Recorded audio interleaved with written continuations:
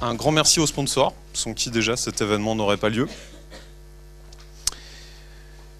Et on va être, comme vous avez pu le voir, on va faire de plus en plus de modes participatifs. Je vais vous demander de jouer le jeu. Le but à un moment, c'est que j'apporte à la fois du contenu et qu'après, ce soit vous qui, à partir de vos questions, de vos interrogations, fassiez émerger du nouveau contenu, de nouveaux échanges. Je vais me présenter. Luc Bizel, j'ai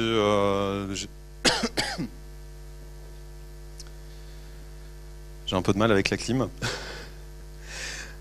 Donc je suis indépendant depuis 3 ans maintenant. J'ai découvert tout ce qui était agilité, notamment j'ai commencé par l'extreme programming un soir de décembre 2006. Où voilà, mon histoire avec l'agilité, c'est un moment où je me suis dit j'étais content quand j'ai commencé à développer. Et puis maintenant que c'est mon métier, je suis triste. Je n'étais pas fier de ce que je faisais et en plus c'était pas très fiable. Donc à un moment il y a eu un acte de foi, j'ai poussé la porte des communautés à l'époque, avant qu'il y ait des Agile Tours, en me disant il doit y avoir un moyen de faire ça correctement. Donc ça a été mon cheminement, d'abord développeur agile, puis consultant, formateur, coach agile. Et je me suis aussi formé au coaching professionnel. J'ai un master de coaching depuis 3 ans. C'est un cheminement qui m'a donné un peu plus de recul sur l'agilité, notamment en voyant tout ce qu'il peut y avoir comme autre outil, comme autre méthodologie d'accompagnement. Et voilà, ce que j'ai envie de partager avec vous, c'est comment, je dirais, prendre l'agilité, qui est encore c'est tout jeune, c'est à 10 ans, de dire, voilà, ce que j'ai envie de partager avec vous, c'est que l'agilité, pour moi, c'est un diamant qui n'est pas encore complètement taillé, qui est encore un peu encastré, qui a des tas de choses nouvelles à découvrir dedans, et qui peuvent s'appliquer partout. Notamment quand on va lier ça avec des outils de coach.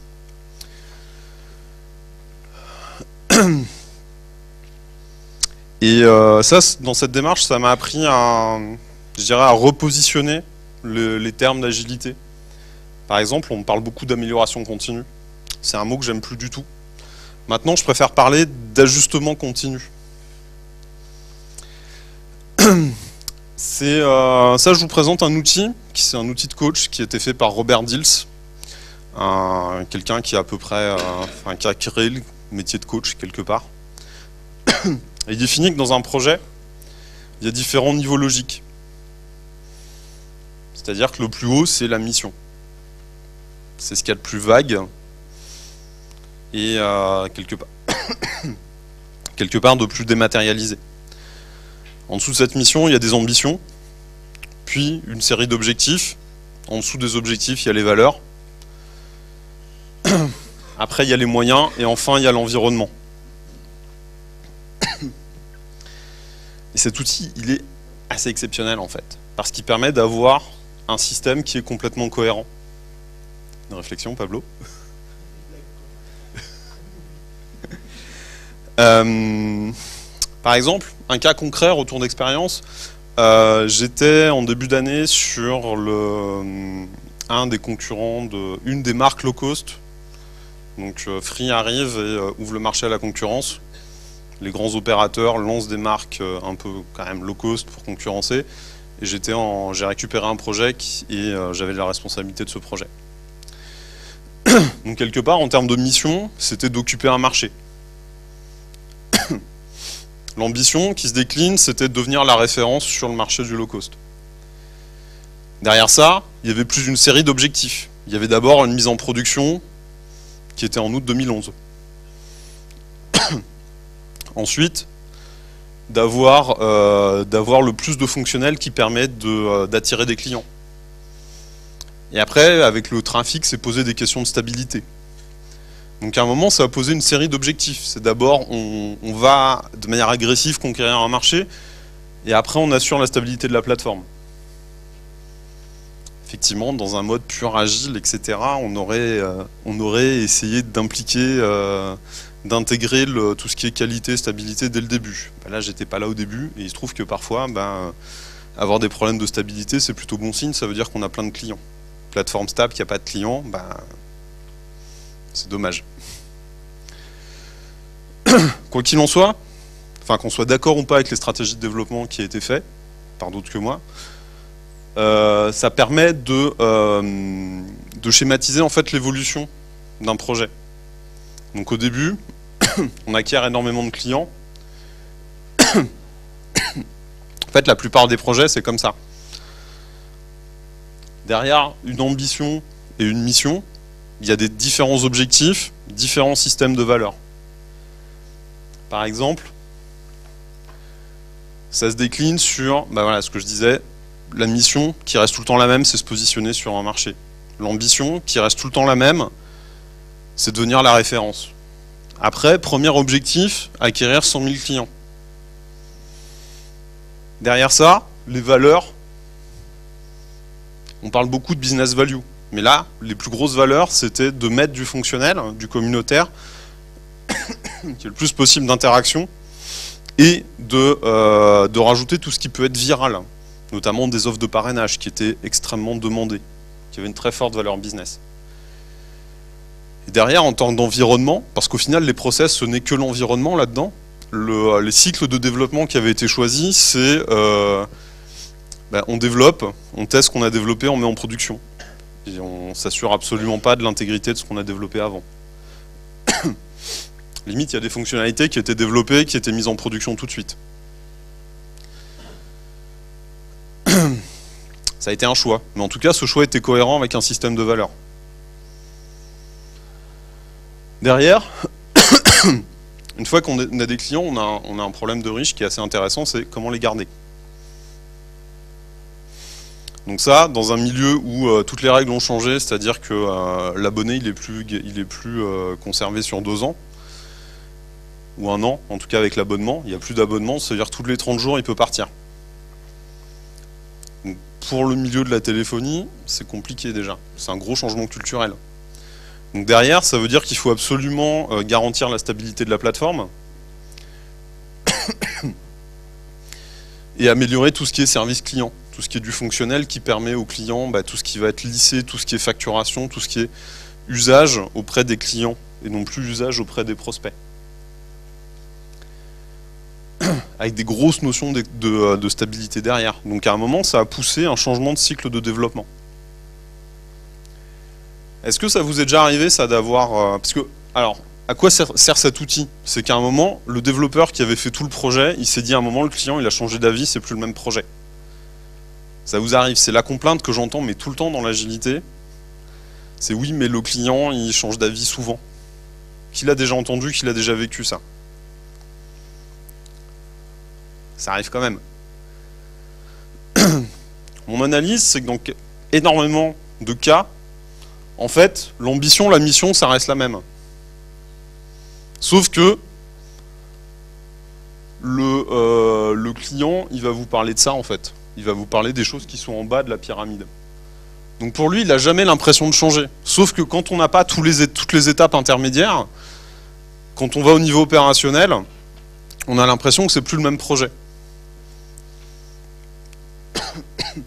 Et ça, c'est embêtant pour déjà avoir l'impression d'être sur le même projet et de permettre aux opérationnels de comprendre, notamment surtout aux développeurs ou à l'exploitation, de comprendre qu'à un moment, ce qui a de la valeur, c'est plus ce qui a de la valeur dans un projet, ça peut évoluer. Et qu'à un moment, des valeurs qui étaient très fortes au début de projet, au milieu de projet, ça n'a plus du tout d'importance.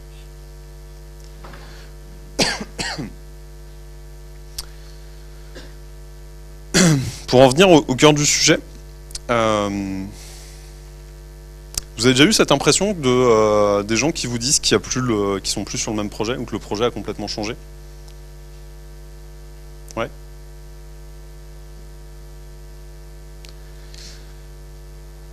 Pour faire le lien entre cet outil de coaching et l'agilité, il y a un truc qui est génial dans l'agilité, qui est ce qui est la valorisation de l'immatériel. C'est-à-dire qu'on n'estime plus du temps, mais on estime de l'effort ou de la création de valeur.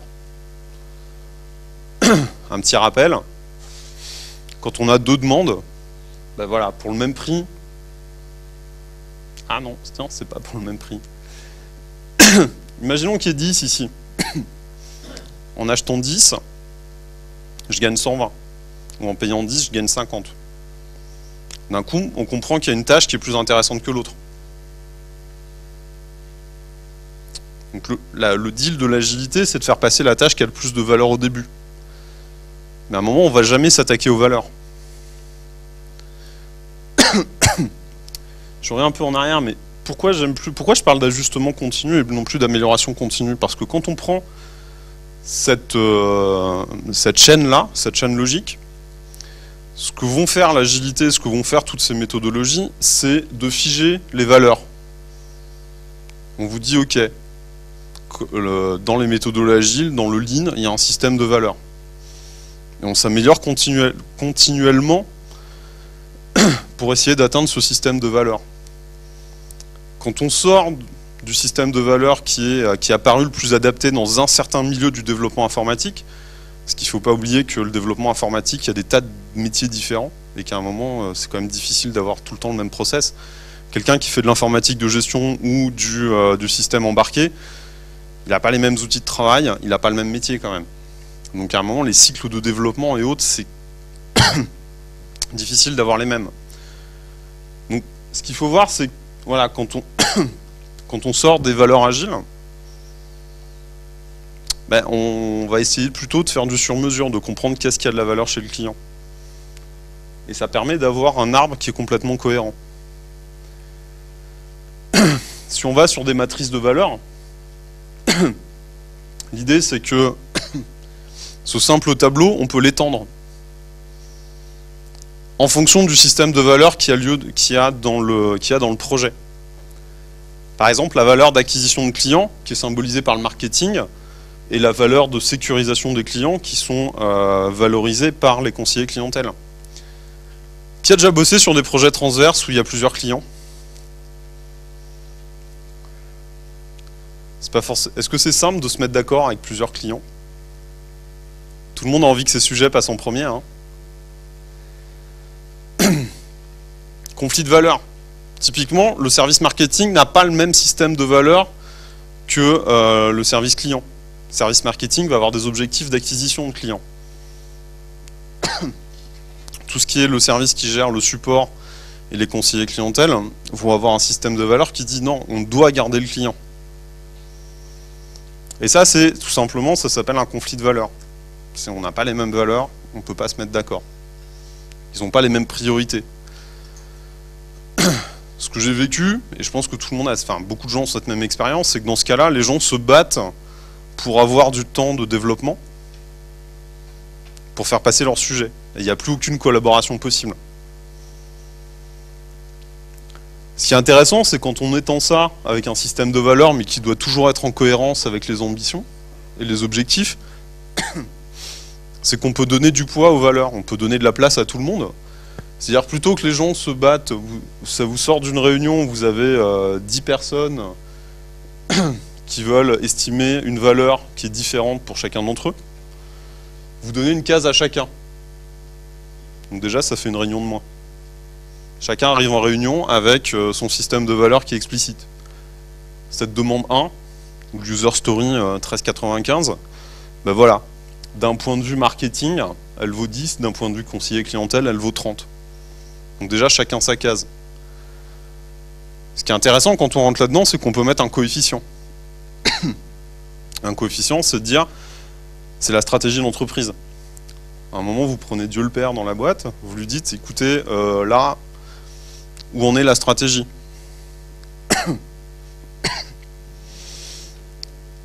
Ce qui fait que c'est pondéré par quelqu'un qui a un pouvoir hiérarchique qui est supérieur aux différents départements.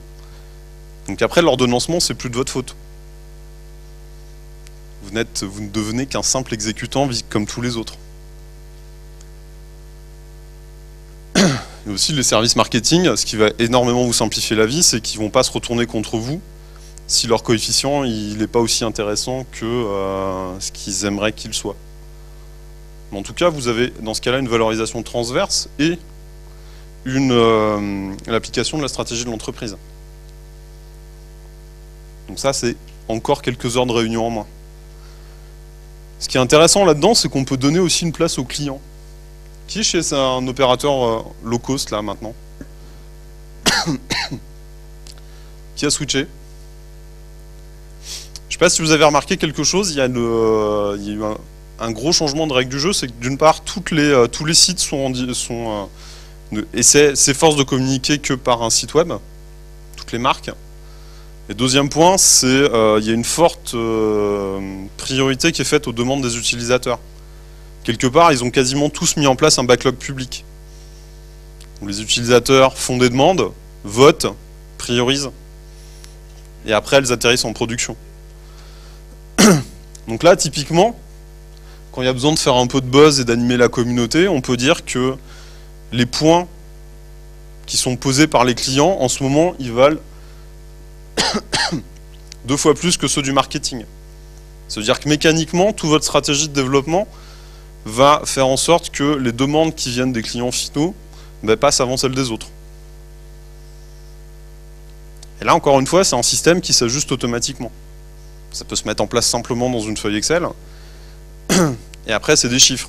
Globalement, ça va être dur de les contester.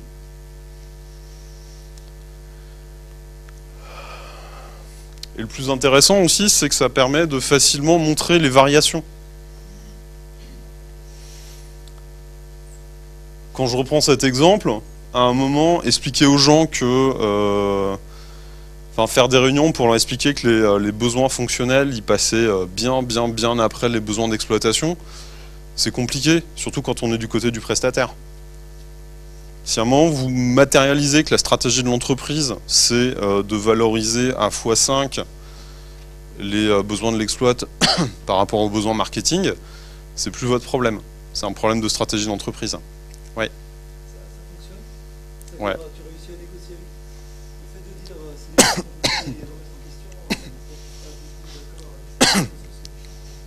mais c'est plus à ce niveau-là que ça se remet en question. Ouais. Mais vas-y. Moi, je suis conseiller clientèle, finalement, c'est 100. Parce que je sais que tu m'as mis un petit coefficient, l'échelle, elle n'est pas pareille que les gens du marketing. C'est la vie dans les entreprises. Hein. Je veux dire, dans chaque entreprise, les ressources sont quand même limitées. C'est du temps de développeur. Donc à un moment, comment ça se fait? Ça n'a rien de magique. C'est pas une solution magique. C'est une solution qui va simplement accélérer ce qui se passe déjà. Ce qui se passe déjà, c'est dans ce cas-là, c'est que les différents services se battent pour acquérir des heures de développeurs. Là, ce qui est différent, c'est qu'à un moment, ils peuvent jouer de manière collaborative.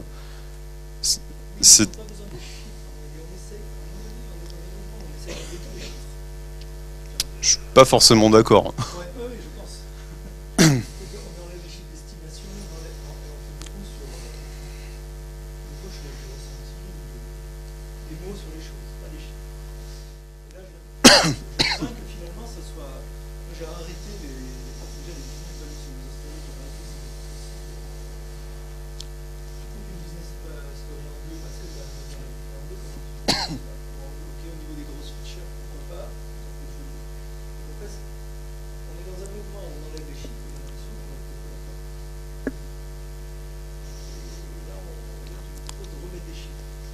Alors, je suis pas là pour suivre une mode. Hein. Moi, je partage ce qui a marché chez moi et je constate qu'il y a des tas d'endroits où, quand j'en parle, les clients, ils adorent, ils veulent ça. Oui, parce que ça, c'est facile de se raccrocher aux chiffres. Bah oui. Non, mais ça donne une référence. Après, non, mais si on va dans l'absolu, effectivement, le problème de base, c'est qu'il n'y a pas un product owner avec une équipe derrière. Quand il y a 3-4 départements qui mettent au pot commun, c'est compliqué. De base, c'est compliqué. Je propose un moyen de le simplifier. De diminuer les tensions, et je constate que on a déjà les outils, et que en retour d'expérience, quand on donne une case...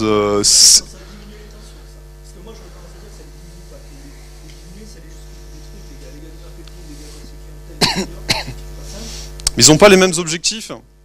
Je prétends pas régler d'un coup les problèmes structurels de l'organisation qui fait que chaque département n'a pas intérêt à collaborer ensemble. Moi, je mets juste en place un système qui permet de prioriser intelligemment les demandes et, si on va plus loin, aussi les efforts. Parce que derrière, ici, votre somme, elle est aussi composite. Dans une grosse DSI, dans un grand compte, je veux dire, quand on développe plus une application iPhone avec 4-5 personnes, voilà, j'ai très rarement vu des user stories qui ne demandent pas du temps du service juridique. J'ai très rarement vu des user stories qui ne demandent pas des études d'impact côté exploitation.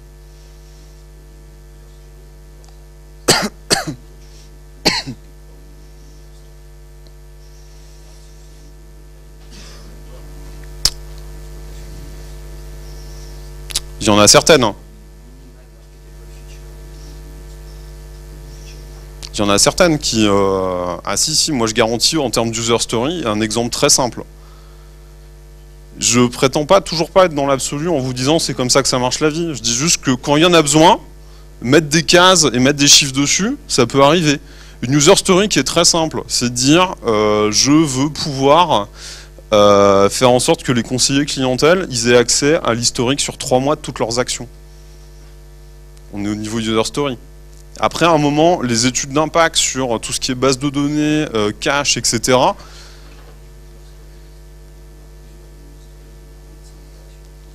Ouais.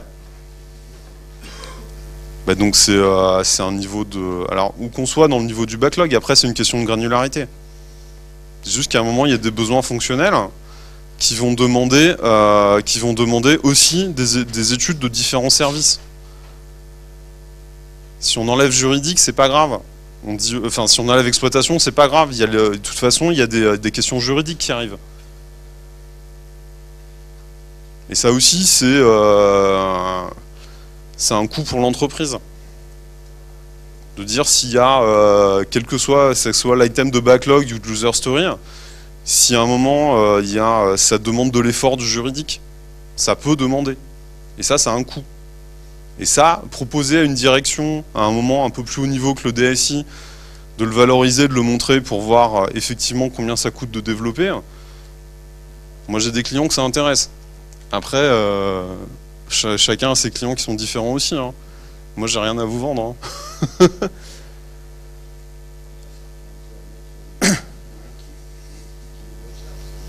Mais c'est pas possible dans les boîtes. Hein. Enfin, je suis désolé, moi je... Enfin...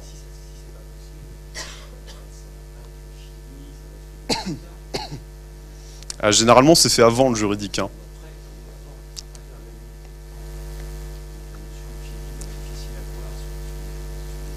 Ouais, c'est pas une question de fini, c'est un moment, c'est le juridique qui va demander s'il est d'accord ou pas. Et s'il est d'accord, comment ça se fait.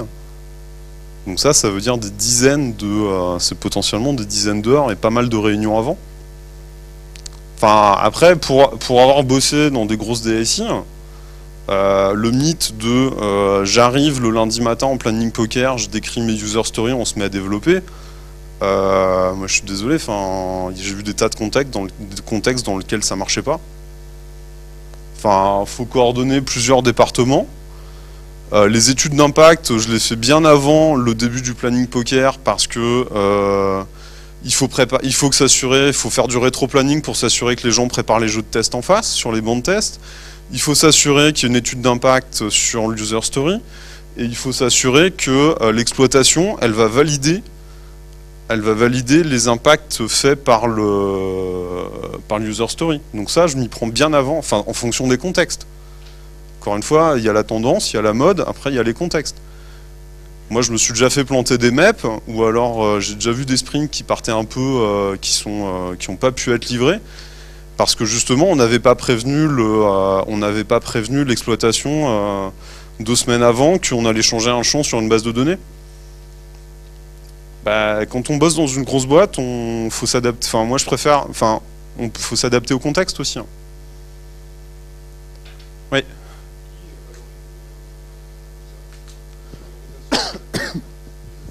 Le valorisation de bah, généralement, c'est celui qui a le budget. Ah non, c'est surtout pas chaque directeur du service. Ce qu'il faut voir, c'est que c'est la personne qui sera incontestée qui sera acceptée par les différents services. Quelque part, c'est le véritable product owner. Je reprends les cas des grosses entreprises. J'ai jamais vu un product owner en face de moi. Parce que c'est des gens à qui on déléguait énormément de responsabilités, mais la personne qui a le budget, il est souvent 2-3 niveaux au-dessus et il a autre chose à faire. Il peut déléguer plein de choses. Bah si, quand même. Ah, c'est celui qui paye. Pas d'accord forcément là-dessus.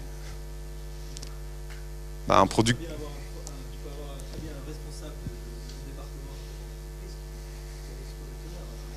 Il n'a pas les mêmes Alors, ce que je te difficultés. disais, c'est des gens à qui on a délégué plein de responsabilités. Donc à un moment, il y a la personne qui a le budget, qui est le payeur, qui est quand même celui qui, in fine, va savoir s'il est content ou pas. Oui, mais pas forcément. Tu peux déléguer enfin, de l'expérience à moi, tu peux déléguer la responsabilité jusqu'à ne plus être responsable de ça. C'est exactement ce que j'ai dit. On peut déléguer énormément de responsabilités, mais la personne qui va avoir, qui dit délégation de responsabilité, dit que c'est quelqu'un qui est en dessous. Mais à un moment, il y a quand même quelqu'un qui est au-dessus, qui est responsable vis-à-vis du reste de l'entreprise. Oui, mais c'est pas ça. Oui, mais dans ce cas-là, il n'est pas product owner. Peut-être que product manager. Son rôle, c'est d'être responsabiliser l'entreprise, très bien. Son rôle, c'est de gérer le budget, très bien. Mais c'est pas un rôle de product owner. Euh, C'est sincèrement ce qui est le mieux pour son produit. ouais, mais quand même, le truc essentiel du product owner, c'est de... C'est ce qui est le mieux pour son produit. non, c'est aussi de décider quand est-ce qu'il... ça, savoir ce qui est mieux, mais le pendant, c'est de choisir d'arrêter le produit quand il est plus rentable. Ben, c'est ça le mieux pour son produit. Arrêter quand c'est plus rentable. Et le gars qui a le budget, il écoute. Il a confiance ou pas, c'est tout. Des fois, il n'a pas confiance. Ouais, mais souvent aussi dans l'entreprise, c'est pour ça que, enfin, je veux dire, le product owner même, enfin, c'est un mot qui est un peu raccord, hein, on peut mettre tout ce qu'on veut derrière, mais globalement, à un moment, dans l'entreprise, il y a quelqu'un qui a le budget. Donc là, dans ton retour d'expérience sur ces matrices-là, il n'y a pas de conflit entre les gens qui posent les chiffres. Bah, il faut juste trouver quelqu'un qui arbitre et qui donne la pondération. C'est qui décide de la stratégie. Alors, c'était peut-être un raccourci sur celui qui a le budget. Mais encore une fois, il peut avoir le budget, mais il décide pas de la stratégie. Bah, et même dans une boîte, hein, si à un moment il y a le board qui lui dit, bah écoute, maintenant la stratégie c'est ça, toute délégation de responsabilité touche très vite ses limites dans l'entreprise, hein. Parce qu'à un moment, l'entreprise peut les reprendre, hein, ça, mais le but, c'est quoi? C'est simplement de trouver quelqu'un qui a autorité sur les différents départements. En tout cas, que quelqu'un délègue cette autorité-là. Et ça peut passer par déléguer le budget. Et les gens sont gentils, mettent les vrais chiffres, ils ne trichent pas. Ah non, c'est pas la question. Les gens, ils sont pas gentils. Donc on leur donne le même nombre de points à tout le monde. Quel nombre de points? Ah, Bah, d'accord, d'accord. Tu leur donnes un ensemble de oui, points. Et après, ils le dispatchent. exactement. D'accord, ça va être bien ça, c'est bien la pensée, ça. C'était intéressant comme question. Faut voir ça comme un système monétaire. Ce qui est intéressant, enfin, tu pousses, j'ai pas oublié qu'il y a une question là-bas, tu pousses le fait qu'on arrête d'estimer, etc. Alors que moi je vois des tendances qui sont beaucoup plus haut dans l'entreprise, ou au contraire, même de manière sociétale, il y a le quantify self, où de plus en plus de gens sont en train de mesurer tout ce qu'ils font dans leur vie. Autre tendance. Les monnaies complémentaires. Monnaie complémentaire en entreprise, la gamification en entreprise, les gens qui, comme dans des jeux de rôle, parce que je sais que t'aimes bien les jeux de rôle, le fait de faire des quêtes en entreprise pour déclencher des points et des choses comme ça. Donc tout ce qui mesure de l'immatériel, il y a des tendances fortes au niveau personnel sur le Quantify Self et en entreprise. Ce qui est intéressant là-dedans, c'est que ça donne tout ce qui est, ça donne un lien entre ce qui est agilité et les monnaies complémentaires. C'est que ça, quelque part, c'est une place boursière.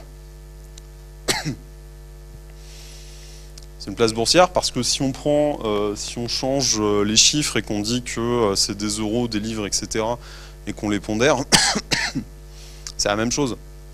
Donc là, à un moment, on donne de la priorité, et ça, c'est un très bon moyen de commencer à intégrer des monnaies complémentaires dans l'entreprise. C'est-à-dire, on commence à valoriser de l'immatériel, et après, on peut valoriser d'autres flux. Parce que quel est le problème, juste, enfin, à mon sens, et j'ai l'impression que je suis pas seul à le penser, c'est qu'un des plus gros problèmes actuellement dans l'entreprise, c'est qu'elle ne peut mesurer que les flux liés à l'euro. Et c'est intéressant de se baser sur le ressenti, etc. Mais à un moment, quand on n'a pas des chiffres pour valoriser d'autres types d'échanges, c'est dur pour faire prendre des décisions à l'entreprise. Si, vas-y. Au niveau des euros, Bah, on peut, mais ça permet de valoriser des euros et de la satisfaction et d'autres systèmes de valeur. À un moment, ça permet aussi de valoriser tout ce qui peut être échange immatériel avec d'autres choses. Parce que je vois, il y a une immense partie du budget des boîtes qui passe quand même dans de l'immatériel. Que ce soit de la réputation, que ce soit tout un tas de choses. Et la tendance, c'est quand même de réussir à le valoriser. Et qui dit valorisation, mettre des chiffres dedans. Autre question ?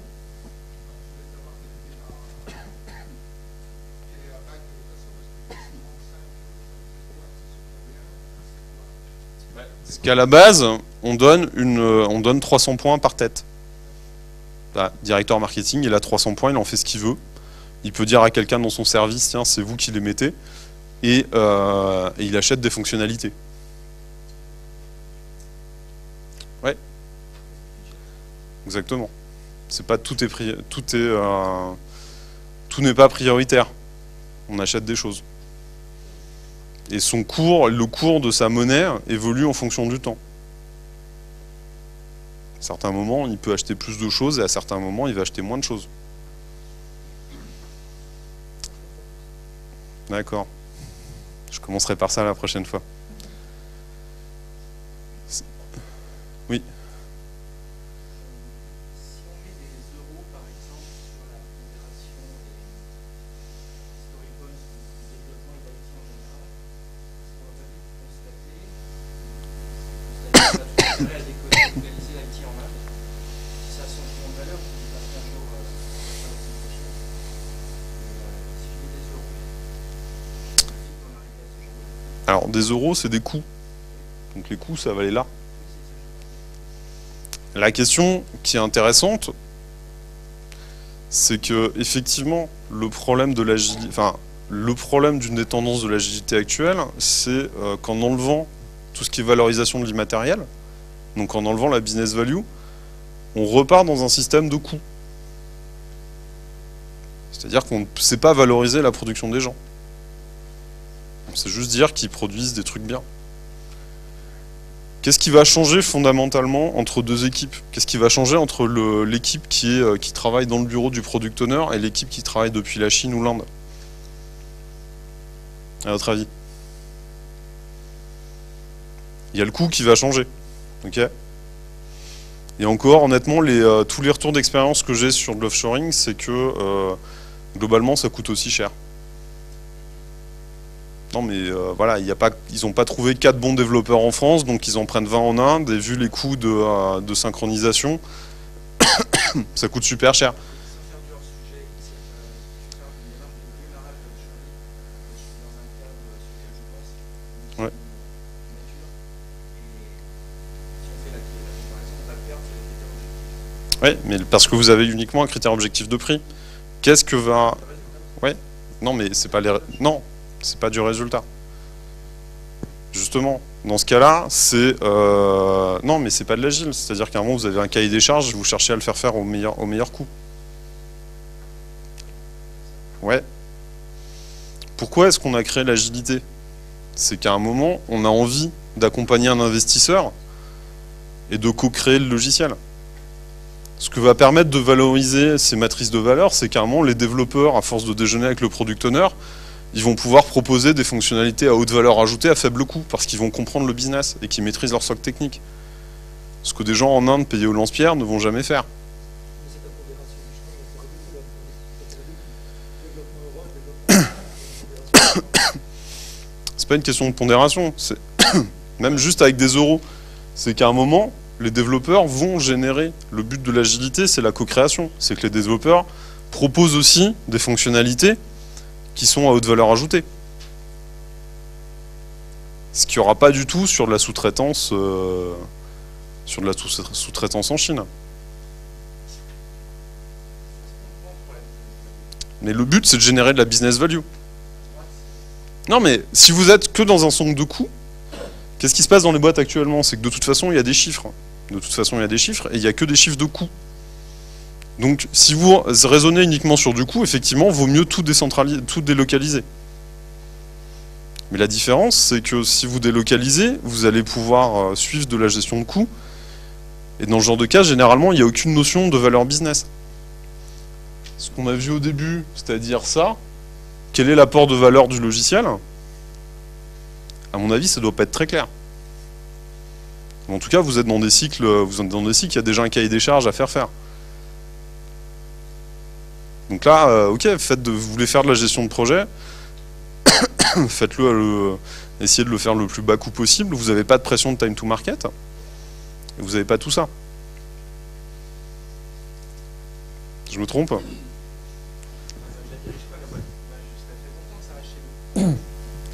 Mais c'est pas la question, c'est pas une question morale ou de principe, c'est est-ce que ça reste chez nous ou pas, c'est où est la création de valeur.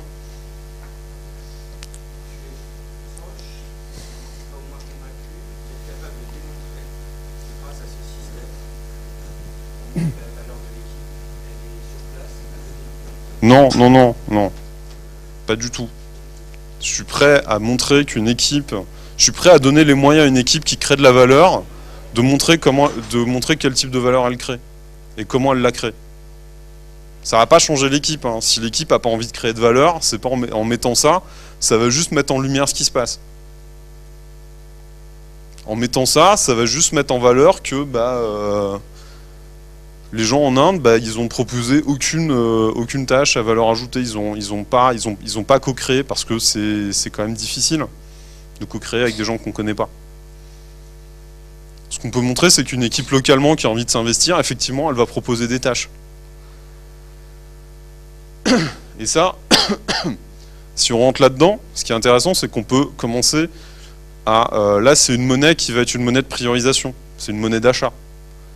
C'est-à-dire qu'ici, des points, le département de conseiller clientèle, en fait, il va pouvoir distribuer ses 300 points de business value à tous les téléopérateurs.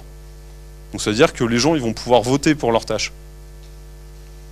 Qu'à un moment, si on fait du customer to business, avec du client interne, le conseiller clientèle qui va tout le temps proposer des tâches qui vont susciter l'intérêt de tout le monde, on va pouvoir introduire un autre type de monnaie, une monnaie de crédit, en disant tiens, ce mec-là, les tâches qu'il propose, elles sont vraiment intéressantes.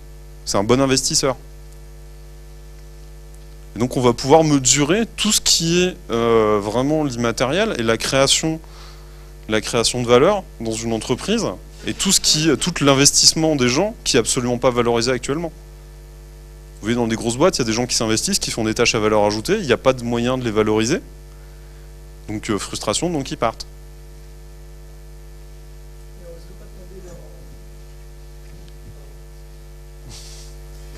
Vas-y. On risque pas de tomber par exemple de la prime.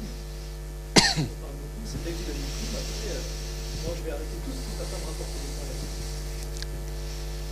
points. Il y a un mec qui a fait une expérience avec un chat, qui a parlé d'une expérience avec un chat, Schrödinger, qui disait qu'on ne peut pas observer un système sans l'influencer. C'est peut-être aussi la tendance des métriques, c'est qu'on ne veut pas de métriques parce que ça influence les systèmes. Moi j'ai un point de vue différent en disant, quitte à faire en sorte qu'une métrique influence un système, autant trouver des métriques qui vont l'influencer positivement.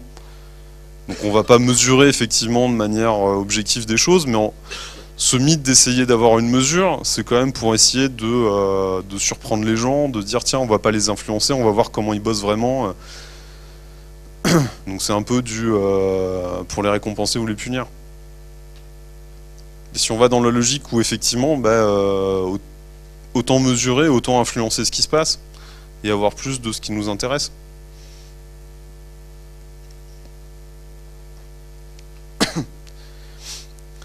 Mais n'importe quel système sera grugeable. Non mais qu'est-ce qui se passe? Enfin, je veux dire, vous avez mais même s'il n'y a pas de système de mesure, je veux dire, la valeur perçue, elle existe toujours. Ça introduit rien de nouveau, ça permet juste de rationaliser un peu les choses et de sortir de l'émotion et un peu de l'irrationnel. Qu'est-ce qui va se passer? Vous allez voir dans des équipes, il y a des gens qui ont une super cote et qui au final, quand on regarde vraiment ce qu'ils font, ils ne font rien, ils ne délèguent rien, ils ne créent pas de valeur. C'est là où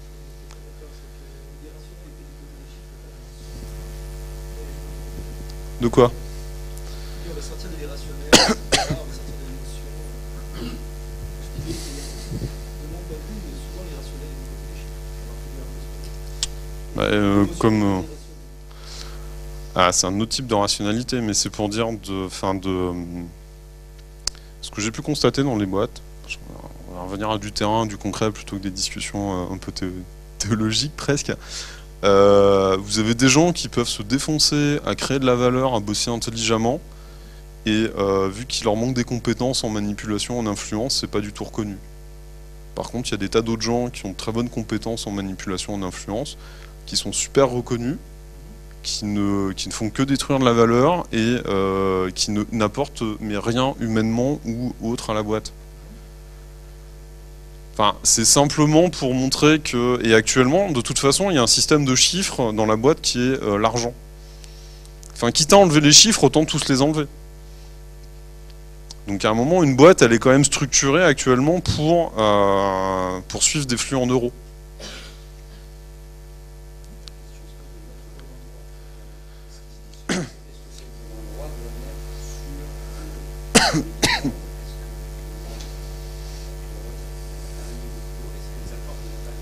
Alors ça, dans certains contextes, ça en apporte énormément.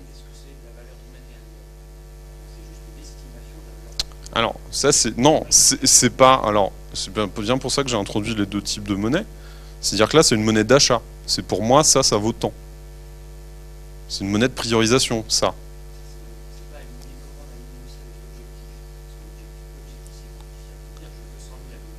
Ouais. Et donc, quel va être l'apport? Non. Je reprends ça. Un objectif, c'est toujours quantifiable, mesurable. En dessous d'un objectif, on va se donner un système de valeurs.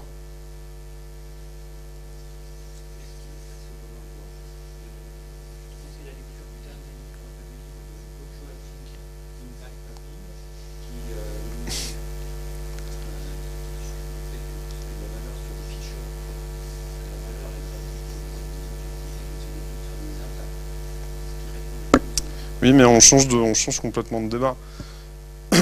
Moi, à un moment, je veux dire, non, je veux pas rentrer dans des discussions, ces discussions très intéressantes, théoriques, etc.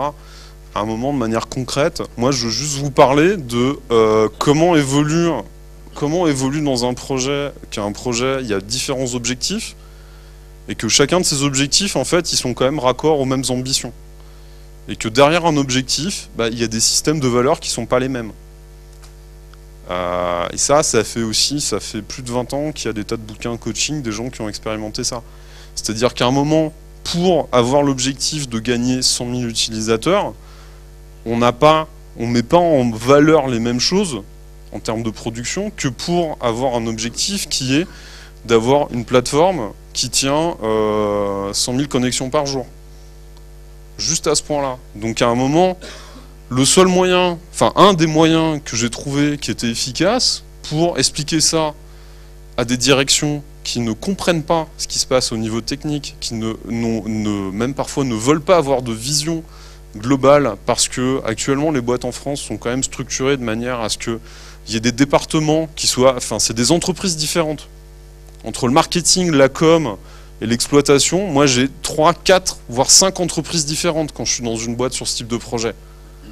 Et les mecs, ils ne veulent pas avoir, et le fait, ils ont chacun leurs objectifs, ils se battent pour leur système de valeurs, et qui sont tous incompatibles. Oui. La démarche me paraît intéressante, mais en gros, respecter les points à quelqu'un, donner de l'argent pour ensuite en tirer un certain maximum, en fait, c'est essayer de collecter quelque part de l'intelligence collective. Pas que, hein, c'est aussi tout simplement de représenter les gens qui mettent au cachet pour le projet. C'est-à-dire que dans une grosse boîte, vous avez généralement, il n'y a pas qu'un payeur, il y a chacun des départements, ils mettent un peu au paquet. Est-ce que l'idée n'est pas finalement de dire vous avez les moyens de vous exprimer et je vais en fonction de cela définir, orienter la stratégie de mon entreprise? Ah mais on est complètement d'accord. C'est juste rappeler que c'est le même budget. Voilà. La question dessus de cela, c'est jusqu'à présent, ce qui est clair, c'est qu'on fait toujours de l'intelligence collective sur une vision qu'a eu un homme, souvent seul, PDG, patron d'entreprise. Et effectivement, comme on dit en ligne, la solution elle est sur le terrain. C'est-à-dire que le patron a une vision et en dessous, les gens vont pédaler pour arriver à cette vision. Et effectivement, l'intelligence collective prônée par l'Agile fait que eh bien, la solution étant sur le terrain, les gens sur le terrain vont trouver la solution pour arriver à l'objectif. Maintenant là, l'idée, encore une fois intéressante, c'est de dire est-ce que l'on peut, si j'ai bien compris, est-ce que l'on peut cette fois trouver par l'intelligence collective la vision et l'objectif sur le terrain? Alors, Moi j'ai compris autre chose. C'est pour ça. non, c'est je finis juste là-dessus. C'est encore une fois, moi, c'est juste parti d'un constat. C'est que dans des grosses entreprises, il y a différentes entreprises qui sont dedans. Donc à un moment, effectivement, il y a quelqu'un qui va donner la vision d'assez haut niveau. Qu'après, derrière, charge à tous ces... Et à un moment, ils disent, OK, il y a telle vision, il y a tel moyen, il faut du marketing, de trucs, de machin, on me dit qui est dans le projet, qui est pas dedans, et à un moment, débrouillez-vous pour réaliser cette vision. Le problème, c'est que chacune de ces entités a des objectifs qui sont beaucoup trop différents. Et ça, c'est juste un moyen d'aligner la vision de l'entreprise et de faire en sorte que les gens puissent se coordonner pour mettre des moyens en commun pour avancer. Mais ma conclusion, en gros, c'était est-ce que sans la vision de Steve Jobs, avec un outil d'intelligence collective, est-ce que l'intelligence collective d'Apple aurait permis d'avoir les mêmes outils sans la vision d'un seul individu? Ça, j'en sais rien. Tout ce que je sais, c'est que j'ai pas l'impression qu'Apple ait été structuré ou que les gens d'Apple aient été embauchés pour leur capacité à faire de l'intelligence collective.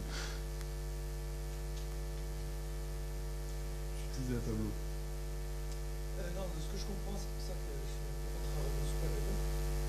C'est que ce que je comprends maintenant, peut-être à tort, hein, c'est que tu utilises des tableaux pour pouvoir accompagner des gens qui sont très habitués à plein de chiffres et tu fais rentrer d'autres chiffres pour les sensibiliser à plein de choses. C'est pour ça que moi, quand je fais du code, j'aurais tendance à dire non, limitons au maximum ces métriques qui vont nous détourner de la bonne cible. Et là, je te vois rajouter plein de métriques. Donc, je me dis, oulala, c'est pas du tout ce que je souhaite. Ce que je comprends maintenant avec une heure de décalage, c'est qu'il est confronté à des gens qui veulent plein de chiffres, qui, quoi qu'il arrive, ne sortiront pas des chiffres. Donc, lui qui essaie d'introduire une autre approche par les chiffres pour les attirer, pour les appâter. Je dis que je réduisais le temps des réunions. Hein. Après, c'est bien parce qu'ils n'ont pas de chiffres, justement, qu'ils n'arrivent pas à se mettre d'accord. C'est beaucoup du buy a feature, donc le jeu, effectivement, qui marche assez bien. Ouais. On limite, voilà, t'as mis, qu'est-ce que vous achetez? Ça, c'est très bien, parce que du coup, c'est ça que tu vois, c'est la sensation de la limite, on ne peut pas tout acheter, qu'est-ce qu'on achète? Ah, l'autre point aussi qui est intéressant, c'est que le métier fait généralement demande aux développeurs d'estimer. Donc on va mettre beaucoup de pression sur l'estimation, sur le fait de tenir des délais et autres, dans l'ancien monde, on va dire. Et par contre, généralement, la vision business qu'il y a derrière, elle est assez faible. C'est pour ça que moi, quand même, c'est un tas de contextes, je trouve ça intéressant de demander au métier, au moins, de se demander 30 secondes pour mettre un chiffre et comprendre ce qu'il y a comme valeur derrière sa demande. Parce que cette vision-là, elle n'est pas souvent claire. Oui, mais là, on retombe dans des questions style business model, c'est pas lui, c'est des questions d'études à qui tu t'adresses, qui sont tes clients clés, quels sont les Ouais. etc. Enfin, effectivement, c'est une question en amont de business model. On ne fait peut-être pas assez, quoi. Mais après, je veux dire, c'est ce que j'ai dit tout à l'heure, mais ça dépend des contextes. Enfin, je veux dire, il y a des contextes dans lesquels il faut surtout pas le faire. D'autres, c'est pour ça que quand tu parles de tendance, à un moment, je me méfie pas mal parce que c'est pas parce que c'est à la mode que Tendance ne veut pas dire à la mode. C'est toi qui l'as utilisé à la mode. quand même une tendance, c'est quand même un vocabulaire qui est pas loin de la mode. Enfin, Enfin, si tu veux, l'agilité évolue. oui. Et elle évolue pas vers les chiffres actuels. Oui, mais l'agilité, je veux dire, c'est encore une fois, enfin, l'agilité, ça a été fait pour quoi à la base? C'est pour faire du logiciel sur mesure. Qu'on n'aille pas m'expliquer que quelqu'un qui fait du web, qui doit livrer tous les jours, il a le même métier que quelqu'un comme un de mes clients qui pilote, qui fait des sondes embarquées, du logiciel embarqué de pilotage d'appareils de radiologie. Ça se discute, ça aussi. Je pense. Si on dit que c'est une culture, c'est la même. Si on dit que c'est autre chose, c'est pas forcément la même. Des grands débats. Enfin, je constate qu'à un moment, il y a des gens pour qui il faut, pareil, système de valeur. Il y a des gens pour qui il faut livrer tous les jours. L'itération dans l'e-commerce, c'est facilement un jour. Et qu'effectivement, ils sont prêts à dégrader un peu la qualité pour pas perdre de vente. Dans l'autre, quand la tête de pilotage doit parfaitement s'incliner pour irradier lors d'une chimio tel organe ou tel organe, bah, ils vont pas livrer tous les jours. Et puis la question de qualité, là, elle se pose autrement quand il y a du risque humain. L'approche idéologique n'est pas la même. Qu'est-ce qui est utile pour moi dans mon contexte? Est-ce qu'il y a quelque chose? Oui. Donc je suis d'accord. Mais derrière, ça veut dire que les méthodes de travail sont pas les mêmes. Et donc les tendances... Tu n'as pas vu le live TikTok de Jérôme sur les méthodes? Parce que justement, si on dit méthode pratique, oui, ce sera pas la même. Oui, Si on mais dit c'est méthode, juste mon point. Hein. démarche, Mais ça, c'est un outil pratique. Hein. approche pensée, ouais. Autre question?